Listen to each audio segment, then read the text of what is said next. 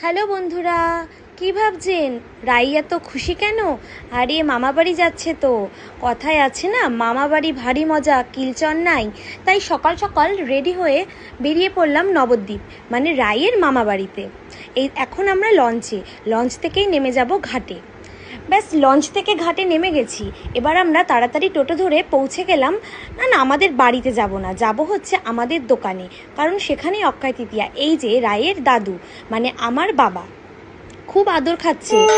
আর এই যে দেখুন, পুজোও শুরু হয়ে গেছে। আমি প্রায় শেষের দিকে এসে পৌঁছেছি। আর এই যে দেখুন, আমার সাথে যে পুচকিটাকে দেখছেন না, এটা হচ্ছে আমার ভাইয়ের মেয়ে। আমি কিন্তু ওর পিপি হই, কিন্তু ও আমাকে কি বলে ডাকে জানেন? বিবি। ও পিপি বলে আমাকে একদম ডাকে না, ও খুব আদরের। আর দেখেছেন, আমার মেয়েটা ওর দিদুনের কোলে ঠিক চলে গেছে। পুজো প্রায় শেষের দিকে। আর আমাদের দোকানে কিন্তু শুধু লক্ষ্মী গণেশের পুজো হয় না, মহাদেব, ত্রিনাথ ঠাকুর আর লোকনাথ বাবার পুজো হয়ে থাকে। ব্যাস পুজো প্রায় শেষের দিকে হতেই চলেছে।